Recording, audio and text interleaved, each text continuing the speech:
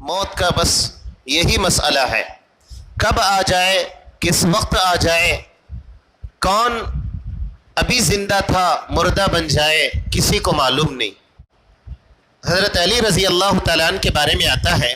ایک مرتبہ قبرستان سے گزر رہے تھے تو انہوں نے قبرستان والوں سے فرمایا کہ یا اہل القبور، اے قبرستان والو، اے اپنے اپنے قبر میں رہنے والو، اموالکم قسمت، تمہارے جو مال ہے وہ تقسیم کر دیے گئے۔ آدمی کماتا ہے، مال و دولت جمع کرتا ہے، اور ایک دن آتا ہے وہ دنیا سے رخصت ہو جاتا ہے اور قبر میں چلا جاتا ہے۔ حضرت علی رضی اللہ تعالیٰ عنہ قبرستان کے سامنے کھڑے ہو کر اعلان کر رہے ہیں، یا اہل القبور،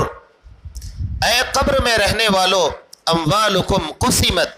تمہارے مال تقسیم کر دیے گئے، ودیارکم سکنت، اور تمہارے جو گھر تھے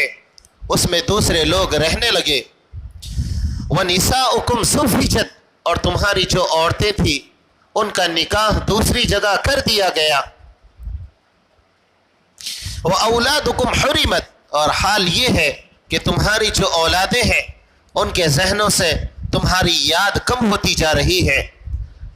کہ روز بروز وہ تمہیں بھولتے جا رہے ہیں۔ وَأَوْلَادُكُمْ حُرِمَتْ، تمہاری اولاد بھی تمہیں روز بروز دن بدن جیسے جیسے دن گزرتا ہے وہ تمہیں بھلاتی جا رہی ہے، ان کے ذہنوں سے تمہاری یاد ختم ہو رہی ہے۔ ایک مرتبہ حضرت علی رضی اللہ تعالیٰ عنہ زندوں کو خطاب کرتے ہوئے فرمایا، یہ تو قبرستان میں کھڑے ہو کر آپ نے مردوں سے خطاب کیا تھا، ایک مرتبہ آپ نے زندہ لوگوں کے سامنے کھڑے ہو کر خطاب کیا، فرمایا ارتحلت الدنیا مقبرۃ، کہ دنیا تیزی کے ساتھ اپنے خاتمے کی طرف جا رہی ہے، روز بروز دنیا تیزی کے ساتھ اپنے ختم کی طرف جا رہی ہے، منہ پھیرتی جا رہی ہے، وارتحلت الآخرۃ مقبرۃ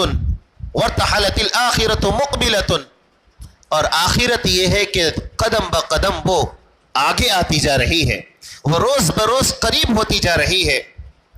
وَلِكُلِّ وَاحِدٍ مِّنْهَا بَنُونَ، اس میں رہنے والے دو قسم کے لوگ ہیں، فَكُونُوا مِنْ أَبْنَاءِ الْآخِرَةِ، اے لوگو آخرت کو چاہنے والے بنو، وَلَا تَكُونُوا مِنْ أَبْنَاءِ الدُّنْيَا، دنیا کے چاہنے والے مت بنو، اس لیے کہ دنیا اپنی آخرت کی طرف، اپنے ختم ہونے کی طرف رواں اور دواں ہیں، اور آخرت ہے کہ وہ روزانہ انسان کے اپنے ختم ہونے کے قریب تر ہوتی جا رہی ہے۔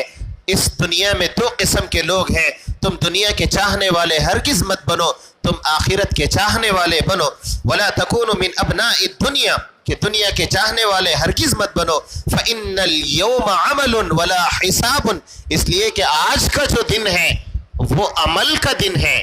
حساب کا دن نہیں ہے، وَغَدًا حِسَابٌ وَلَا عَمَلٌ، اور پھر کل جو دن ہوگا وہ حساب کا دن ہوگا، عمل کا کوئی چانس نہیں ہوگا۔ آج موقع ہے، عمل کا دن ہے، آج عمل کر لو، حساب کا دن نہیں ہے،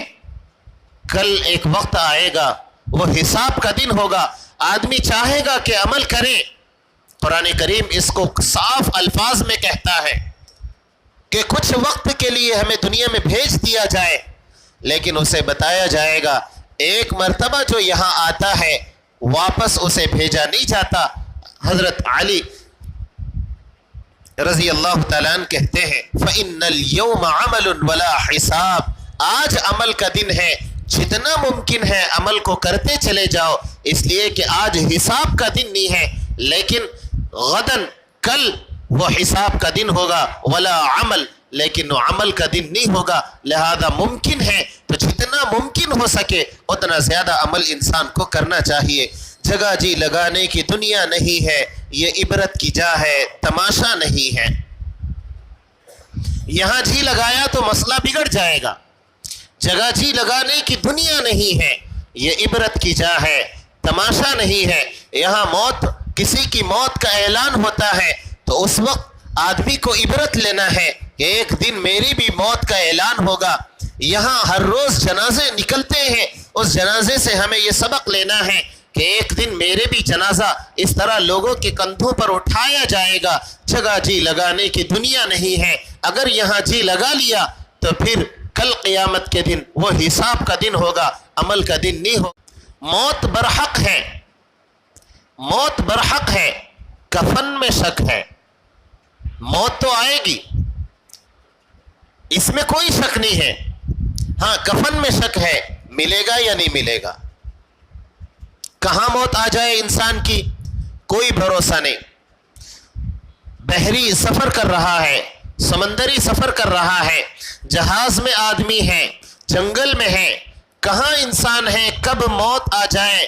اس میں کوئی شک نہیں. موت برحق ہے, پر کفن ملے گا اس کا کسی کو یقین نہیں.